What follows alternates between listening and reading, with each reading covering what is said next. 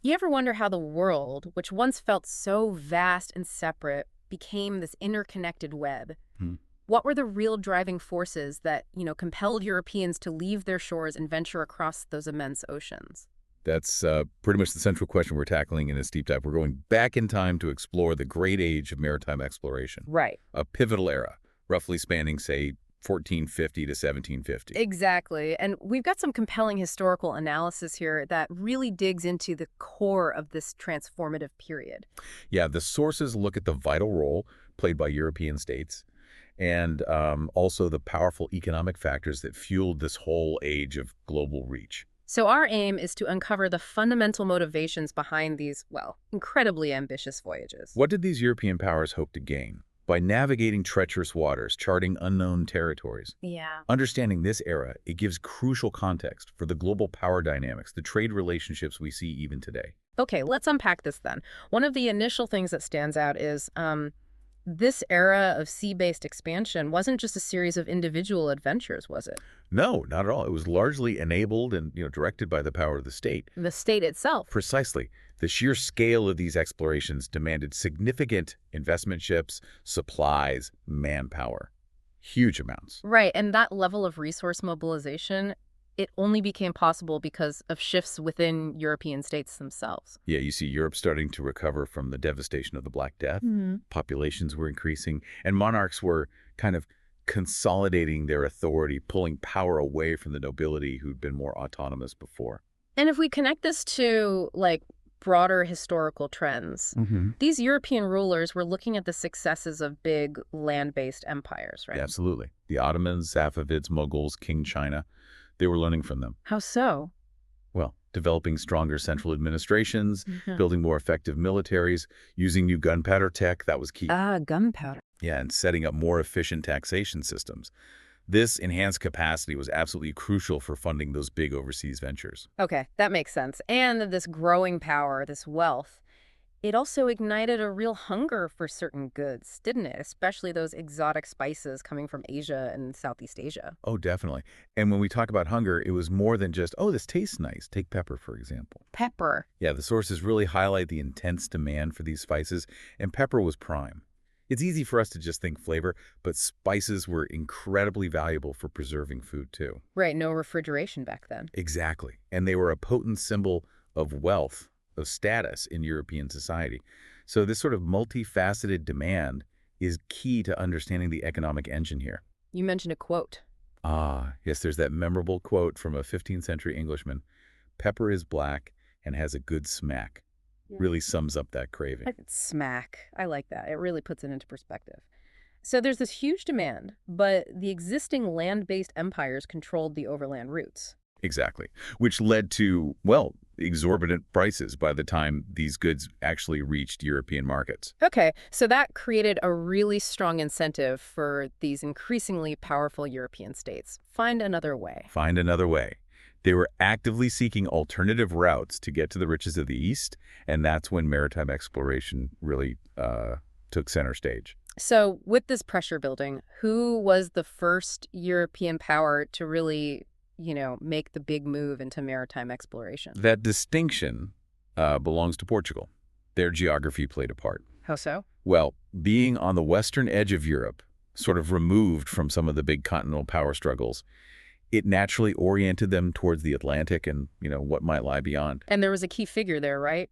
Prince Henry the Navigator. Yes, Prince Henry. He really spearheaded those early Portuguese efforts, sponsoring voyages to try and find an all-water route to the Indian Ocean trade network. So, what was driving Portugal specifically? You mentioned geography, but what else? Well, it's fascinating. It's a convergence of factors. Technology, definitely.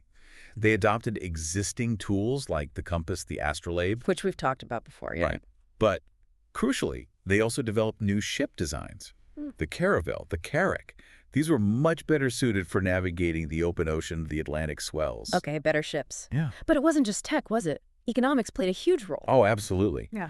Initially, Prince Henry was interested in the gold coming across the Sahara, the trans-Saharan trade. Right, gold first. Gold first. But the immense potential of the Asian spice trade, that smack the Englishmen liked, Oh, yeah. that soon overshadowed gold as the main economic driver. the potential profits from getting directly to the Indian Ocean spice markets, they were just enormous. And there was another layer, too, wasn't there? Religion. Yes, definitely a religious element. You have the Reconquista, the centuries-long push against Muslim rule in Iberia, recently completed. So there was this heightened sense of Christian mission, a desire to expand Christianity globally. Plus, this persistent legend of Trester John. Ah, the mythical Christian king in the East. Exactly. The idea of finding this powerful Christian ally against Muslim powers was, well, pretty enticing. So you've got tech, economics, religion, all pushing Portugal out onto the seas. And they started establishing what's called a trading post empire. What did that look like? Well, yeah. Setting up full-blown colonies like big settlements, complex governments, that was really expensive and difficult. Right. So the Portuguese took a more, let's say, pragmatic approach, cost-effective. They set up strategically located trading posts, think fortified outposts, Okay. designed mainly to facilitate trade, control choke points, rather than conquer and govern huge inland areas.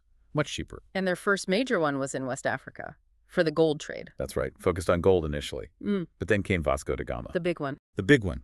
His landmark voyage, successfully getting around the southern tip of Africa, reaching Calicut in India. That voyage just revealed the immense wealth already circulating within the Indian Ocean network. And that discovery must have been a game changer. Suddenly, the potential profits looked way bigger than West African gold. Precisely. Huge difference. So after da Gama, the Portuguese moved fast. They set up a whole network of these trading posts throughout the Indian Ocean, pushing into Southeast Asia too, aiming to tap right into that super lucrative spice trade. Now, it's important to remember the Indian Ocean wasn't empty when they got there, was it? Oh, not at all. Far from it. There was already a really well-established, incredibly diverse network of merchants operating there for centuries. Arabs, Persians, Indians, Chinese. Africans, Malays, Yeah. a rich tapestry of traders. But the arrival of the Portuguese, with their caravels and carracks, introduced a really disruptive element, Which was? superior naval firepower. Their ships had cannons, which gave them the ability to, well, intimidate, control key sea lanes, muscle out existing traders sometimes. It allowed them to dominate crucial parts of the network. Okay, so Portugal's building this trading post empire in the East. Meanwhile, Spain is watching this, presumably. Oh, yes. The Spanish monarchs, Ferdinand and Isabella, they were equally motivated. They wanted a piece of that Indian Ocean action, too. And this is where Christopher Columbus enters the picture. Exactly. A Genoese sailor. He'd actually sailed for the Portuguese before. Right, I remember that. And he had a different idea for getting to the East Indies. A bit unconventional. He did, yeah. Yeah. Columbus was convinced that sailing west across the Atlantic would be a faster, more direct route to the Spice Islands. Okay. He pitched it to the Portuguese first, but their experts were, let's say, skeptical about his calculations of the Earth's size. They turned him down. So he went to Spain.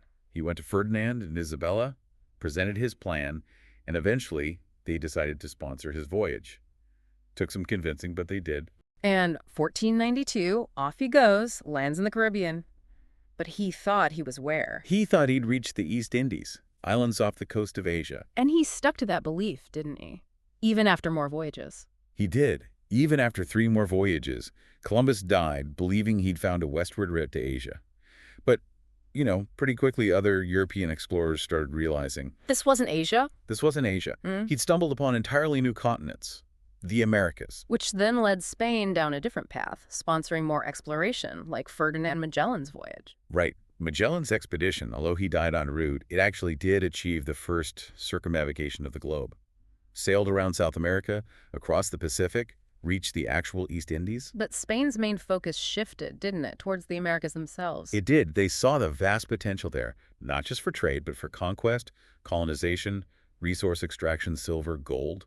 They launched major campaigns, built huge empires. And interestingly, that transatlantic trade eventually became even more profitable for Spain than the Indian Ocean trade was for Portugal. Yeah, in the long run, the wealth generated from the Americas, especially silver, was immense. It reshaped the global economy. Okay, so Portugal and Spain, they're the early movers, getting rich, building empires. This obviously didn't go unnoticed by the rest of Europe. Not a chance. The growing power and wealth of Portugal and Spain definitely sparked envy, political rivalry among other states like France, England, the Dutch. They wanted in?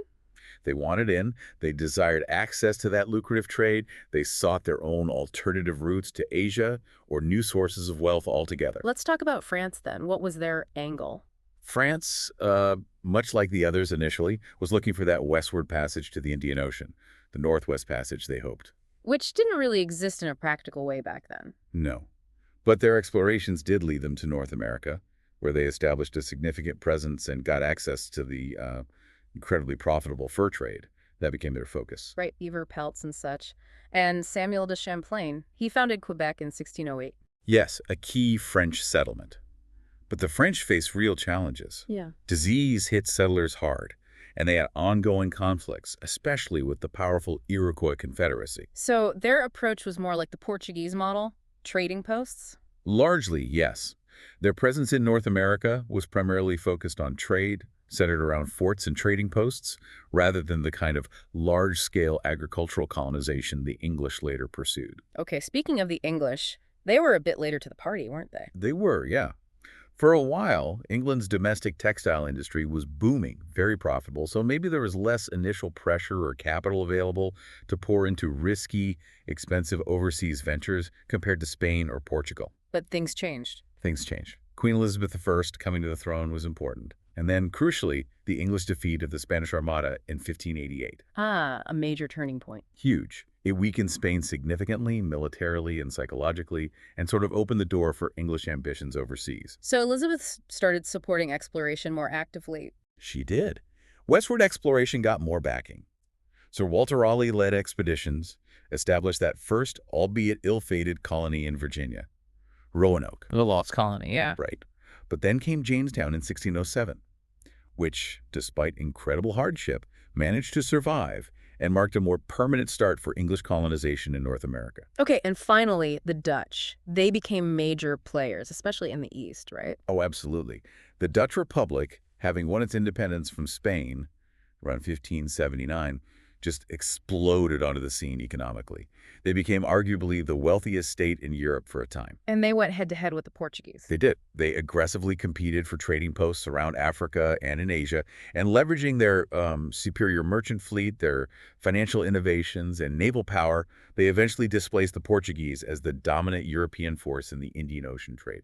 It's quite remarkable. Did they also look west? They did, yes. In 1609, the Dutch East India Company sponsored Henry Hudson's voyage, also looking for that Northwest Passage. And they're the one searching west. Yep. He didn't find it, but he explored the river that now bears his name, leading to Dutch claims in the region and the founding of the colony of New Amsterdam. Which the English later took and renamed New York. Exactly. Wow. Okay, so if we try to sort of boil it all down, the big picture drivers for this whole era of European maritime exploration, it sounds like, state power consolidating, that intense desire for spices, especially pepper, the smack. Can't forget the smack. The general pursuit of wealth, finding alternative trade routes. Yep. Fierce political and economic competition between these European states. Absolutely key. And underlying it all, those religious motivations, too. That's a really good summary of the core factors, yeah. And what's, I think, particularly insightful from the sources is how state sponsorship really changed the game. How so? It just shifted the scale, the impact of exploration compared to anything earlier. It provided the massive financial backing, the organization, the strategic direction that individual merchants or small groups just couldn't muster for these kinds of global undertakings. Right. And it's kind of wild to think how something like the European taste for spices, for pepper, could become such a powerful catalyst for global change. It really is quite remarkable. It fueled so much risk-taking, so much innovation, so much conflict, too, of course. It truly makes you reflect on the long-lasting impact. I mean, this period fundamentally reshaped the world map, laid the groundwork for global trade networks, shifted global power dynamics. Absolutely. And set in motion centuries of cultural exchange, conflict, and connection that we're still navigating today. Which really leads to a fascinating question for you, the listener, to think about. Mm-hmm. Considering these initial motivations, the hunt for wealth, for spices, for new routes, how did they end up shaping the long-term consequences? What kind of world did this pursuit ultimately create? Yeah. What were some of the perhaps unforeseen outcomes, the unintended consequences that arose from this ambitious centuries-long pursuit of, well, spicy smack and new sea lanes? Definitely something worth mulling over.